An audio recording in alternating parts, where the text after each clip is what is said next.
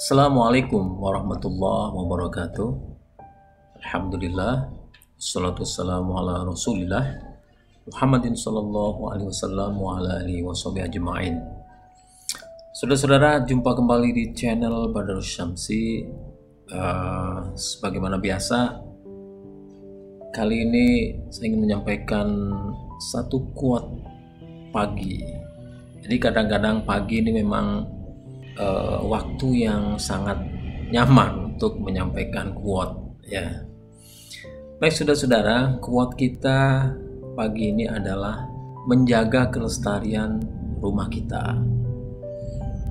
Nah, rumah ini bisa rumah yang kita tempati setiap hari, ya. Tetapi rumah yang saya maksud di sini adalah rumah di mana kita bekerja, di mana kita mengabdi.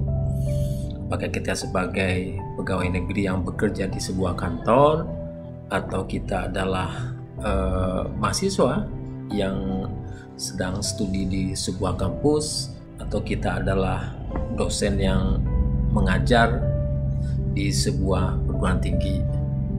Nah, melestarikan rumah itu penting, menjaga kelestarian rumah itu penting, menjaga keharmonisan rumah itu penting, karena rumah yang nyaman itu akan berpengaruh terhadap produktivitas atau kinerja.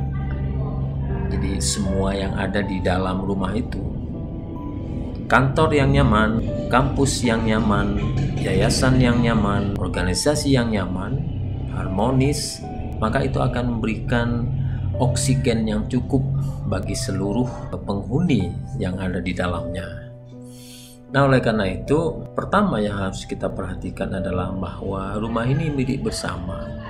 Nah, kita harus tahu bahwa di dalam rumah yang kita huni bersama itu banyak sekali menyimpan karakter pribadi seluruh person yang ada di dalam lembaga atau organisasi itu. Karena kita sadar bahwa lembaga itu adalah milik bersama, maka dibutuhkan saling pengertian. Nah, saling pengertian ini mudah diucapkan, akan tetapi sulit ya untuk dipraktekkan. Boleh kita sebut misalnya toleransi, ya. Di dalam saling pengertian itu ada semangat toleransi. Bahkan di dalam saling pengertian itu ada semangat kemaafan. Ya, misalnya kita berada di dalam satu organisasi, kita punya teman yang sifatnya kita sangat tidak suka gitu, mungkin sering buat kita dongkol dan sebagainya, sering buat kita kesal dan sebagainya. Nah, sebagai teman yang punya toleransi dan rasa saling pengertian atau bahkan kemaafan, maka tentu saja ya kita toleransi, biarkan dia tumbuh dengan sifat dan karakternya seperti itu, sembari kita mengingatkan dia kalau karakternya itu bisa berakibat tidak nyaman untuk orang lain di sekitarnya.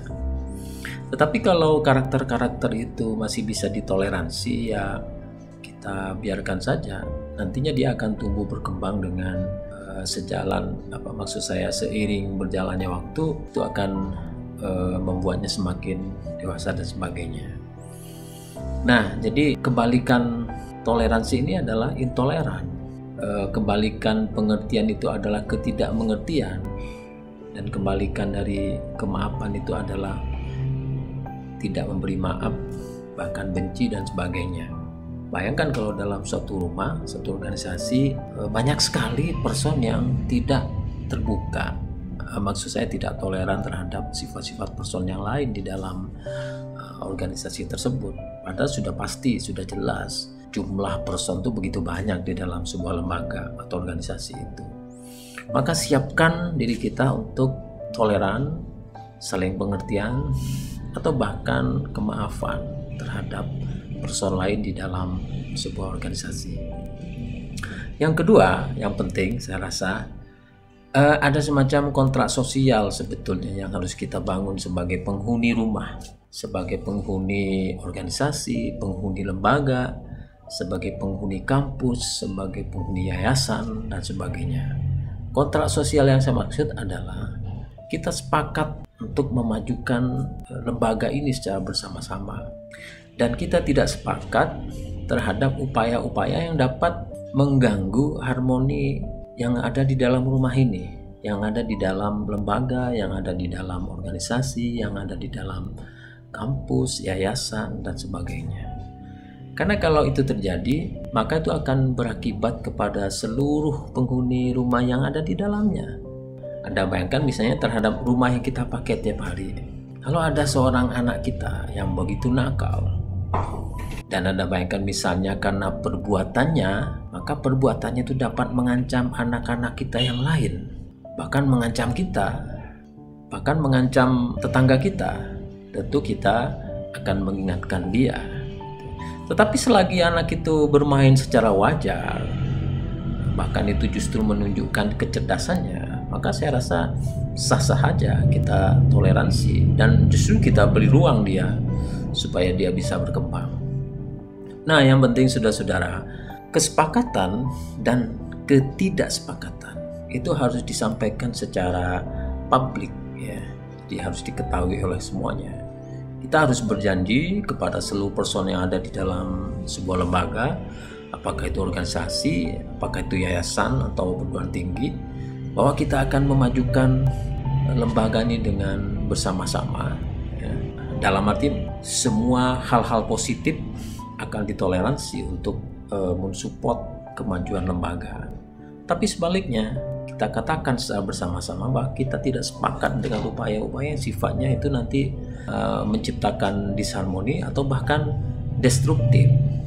Jadi perbuatan-perbuatan yang destruktif yang mengancam stabilitas atau bahkan keharmonisan. Tetapi saya rasa yang paling penting di sini adalah keutuhan dan kemajuan sebuah lembaga. Nah, sekali lagi dua hal itu penting untuk kita praktekkan barangkali meskipun itu dalam prakteknya sangat sulit, ya. Saudara-saudara, demikian quote pagi. Sekian, sehat selalu. Wassalamualaikum warahmatullahi wabarakatuh.